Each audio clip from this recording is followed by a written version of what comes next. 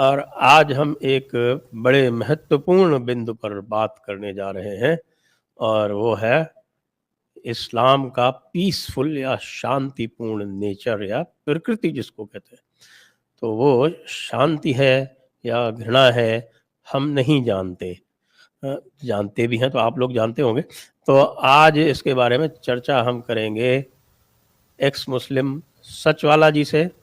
دوستو، کیا آپ نے کبھی ان چینلوں پر کسی اسلامی اسکالر کو دیکھا ہے؟ نہیں نا۔ اس کی کئی وجوہات ہیں۔ اس میں کچھ سماجی، کچھ نفسیاتی اور کچھ میڈیا کی چالاکیاں اور پروپیگنڈے بھی شامل ہوتے ہیں۔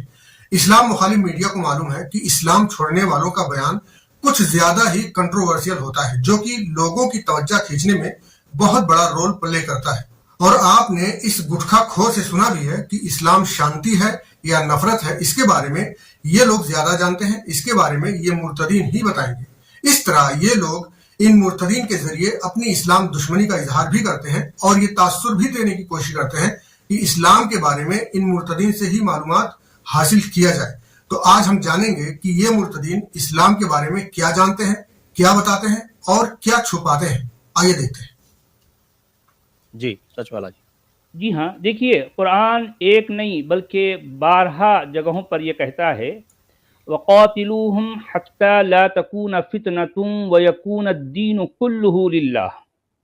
اس کا مطلب ہے ان سے لڑائی کرتے رہنا ہے۔ کس سے لڑائی کرنا ہے؟ تاکہ فتنہ باقی نہ رہے۔ تمام مفسرین اور تمام علماء کا اس بات پر اجماع ہے کہ فتنے کا مطلب ہے کفر اور شرک۔ اس زمین پر جب تک کفر اور شرک باقی رہے گا، وہ کفر اور شرک والوں سے لڑنے کا، جنگ کرنے کا حکم قرآن دیتا ہے۔ یہ ہے اسلام اور یہ ہے قرآن۔ تو اس کا اعتراض آپ سب نے سن لیا۔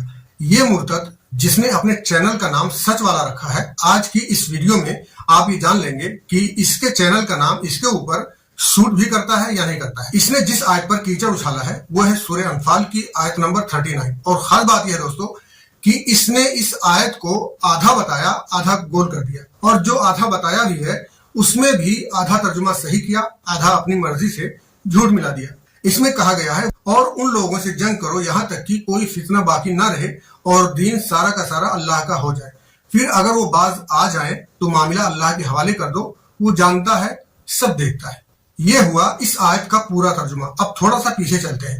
اس نے اس پوری آیت میں سے وَقَاتِلُوهُمْ حَتَّى لَا تَكُونَ فِتْنَةٌ وَيَكُونَ الدِّينُ كُلُّهُ لِلَّهِ تک ترجمہ کیا، اور فَإِنِ انْتَهُوا فَإِنَّ اللَّهَ بِمَا يَعْمَلُونَ بَصِيرٌ کو پوری طرح سے چھپا لیا، کیونکہ اس میں یہ کہا گیا ہے اگر وہ اپنے فتنوں سے باز آ جائیں تو ان کا معاملہ اللہ کے سپرد کر دو، یعنی ایسے میں ان سے جنگ نہیں کرنا ہے۔ اس نے کہا اس آیت میں جو فتنتن کا لفظ ہے اس کا معنی تمام علماء نے کفر بتایا ہے، جبکہ لفظ فتنہ پر علماء اور محدثین نے تبصرہ کرتے ہوئے یہ کہا ہے الفتنۃ ہاں ہنا الشرک ومنع الناس من الایمان واجتہاد المسلمین۔ اس میں فتنتن کی یہ تعریف کی گئی ہے کہ اس سے مراد شرک ہے، لوگوں کو ایمان سے روکنا اور مسلمانوں پر ظلم کرنا ہے۔ یاد رہے کہ فتنتن کی یہ تعریف مختصر ہے، مکمل نہیں ہے، جو صرف سمجھانے کے لیے کی گئی ہے۔ اس میں اور بھی چیزیں شامل ہوتی ہیں، گرچہ یہاں پر شرک کو بھی فتنہ کہا گیا ہے، لیکن آپ اس سے یہ مطلب نہیں نکال سکتے کہ فتنہ کا معنی صرف شرک یا کفر ہوتا ہے، کیونکہ فتنہ میں کفر اور شرک کرنا، جھوٹ بولنا، پروپیگنڈا کرنا، چوری کرنا، رشوت لینا، شراب پینا، افواہیں پھیلانا اور سودی کاروبار کے ساتھ ساتھ ہر خرابی شامل ہے جو لوگوں کی پریشانیوں کا سبب بنے۔ یعنی اگر آسان جملے میں کہیں تو یہ کہہ سکتے ہیں کہ دنیا میں پائی جانے والی تمام برائیوں، تمام خرابیوں کے مجموعہ کا نام ہے فتنہ۔ اب سوال یہ رہ جاتا ہے کہ اگر اس فتنے سے مراد کفار کا قتل کرنا نہیں ہے تو پھر کیا ہے؟ اسے جاننے کے لیے دیکھ سکتے ہیں یہ حدیث جو کتاب التفسیر القرآن میں اسی طرح موجود ہے۔ اس میں ہے کہ ایک شخص عبداللہ ابن عمر سے پوچھتا ہے اچھا اس آیت کو کیا کرو گے جس میں لکھا ہوا ہے وَقَاتِلُوهُمْ حَتَّى لَا تَكُونَ فِتْنَةٌ، ان سے لڑو تاکہ فتنہ باقی نہ رہے اور سارا دین اللہ کا ہو جائے۔ عبداللہ ابن عمر نے کہا یہ لڑائی تو ہم نبی کریم صلی اللہ علیہ وسلم کی زندگی میں ان کی عہد میں ہی کر چکے ہیں۔ اس وقت مسلمان بہت تھوڑے تھے اور اسلام اپنانے پر مسلمانوں کو تکلیف دی جاتی تھی، مسلمانوں کا قتل کر دیا جاتا تھا، قید کیا جاتا تھا، یہاں تک کہ جب اسلام پھیل گیا، مسلمان زیادہ ہو گئے تو وہ فتنہ جس کا ذکر اس آیت میں کیا گیا ہے وہ فتنہ اب کہاں رہا۔ تو اس حدیث سے یہ بات بالکل کلیئر ہو گئی کہ اس آیت میں جس فتنہ کا ذکر کیا گیا ہے وہ کفار مکہ کا کفر نہیں ہے، بلکہ ان کی جانب سے مسلمانوں پر جو روک ٹوک ہوتی تھی، مسلمانوں پر جو مظالم ڈھائے جاتے تھے، اسلام سے روکا جاتا تھا، کفار کی انہی حرکتوں کو مسلمانوں کے لیے فتنہ کہا گیا ہے، کیونکہ کفار کی یہ حرکتیں مسلمانوں کو ان کے دین پر عمل کرنے کے لیے بڑی رکاوٹیں پیدا کرتی تھیں۔ اس آیت میں وَيَكُونَ الدِّينُ كُلُّهُ لِلَّهِ کا مقصد یہ ہے کہ مسلمان اپنے دین پر عمل کرنے کے لیے مکمل طور پر آزاد ہو جائے۔ اگر اس فتنہ کا معنی صرف کفر ہوتا تو اسلام یہ کہتا سارے کافروں کو زبردستی مسلمان بناؤ، جبکہ اسلام کہتا ہے حق تمہارے رب کی طرف سے ہے، پھر جو چاہے ایمان لائے اور جو چاہے انکار کرے۔ تو عقیدے پر اللہ نے ہر انسان کو آزاد کیا ہے، کیونکہ اللہ کو وہی ایمان قبول ہے جو دل سے اور اپنی سمجھ بوجھ سے ہو، نہ کہ جبر سے۔ آپ سب نے ان لوگوں سے اس آیت کا ترجمہ ہزاروں بار یہی سنا ہوگا کہ جب تک وہ کفر نہ چھوڑے ان سے جنگ کرو، لیکن ان لوگوں سے اس آیت کا آخری حصہ آپ نے کبھی نہیں سنا ہوگا جس میں یہ کہا گیا اگر وہ اپنی دہشت گردی سے باز آ جائیں تو جنگ کی ضرورت نہیں ہے۔ آپ خود سوچیں اس آیت کا یہ آخری حصہ یہ لوگ کیوں چھپاتے ہیں؟ آگے چلتے ہیں۔ قرآن میں یوں تو دوسری تمام باتیں گول مول ہے، کسی بات کی کوئی کلیریفیکیشن نہیں ہے، مگر جہاں قتل و قتال کی مار دھاڑ کی بات آتی ہے وہاں قرآن بہت کلیئرٹی کے ساتھ، بڑی گرافک ڈیٹیل کے ساتھ جو ہے اپنی ہر بات کو جو ہے واضح کرتا ہے۔ جی ہاں، یہ بالکل الانفال کی 39ویں آیت ہے شاید، یہ اس کو کہتے ہیں کہ صاحب کہ جب تک پورا اسلام غالب نہیں ہو جائے پوری دنیا پر تب تک آپ کو جد و جہد یعنی کہ جہاد کرتے رہنا ہے۔ یہ کہتا ہے قرآن میں دوسری تمام باتوں کو گول مول کر دیا گیا ہے، لیکن کافروں کا قتل اور کافروں سے جنگ کی بات آتی ہے تو بہت صاف صاف کہا گیا ہے کافروں کو قتل کرو۔ اور اس گٹکا خور نے بھی ہاں میں ہاں ملاتے ہوئے سورہ انفال 39 کو دہرایا ہے، لیکن میں اس کے بارے میں کچھ کہنا نہیں چاہتا۔ میں بس آپ کے سامنے چند آیات رکھنا چاہتا ہوں جو کہ خاص طور سے کافروں کو قتل کرنے کے تعلق سے یہ مرتدین پیش کرتے ہیں۔ ان میں سر فہرست سورہ توبہ آیت نمبر 5 ہے، سورہ انفال آیت نمبر 39 ہے، اور سورہ بقرہ آیت نمبر 193 پیش کرتے ہیں۔ تو آئیے سمجھتے ہیں کیا واقعی قرآن میں کافروں کو قتل کرنے کا حکم صاف صاف ہے اور دوسری باتیں گول مول ہیں، یا ساری باتیں گول مول ہیں، یا پھر ساری باتیں صاف صاف ہیں۔ سب سے پہلے لیتے ہیں سورہ توبہ کی آیت نمبر 5۔ جب حدیبیہ میں کفار مکہ اور مسلمانوں کے بیچ 10 برسوں کا امن معاہدہ ہوا تو معاہدہ کے باوجود کفار مکہ نے درپردہ منصوبہ بنایا، ہتھیار جمع کیا اور گھات لگا کر حملہ کیا۔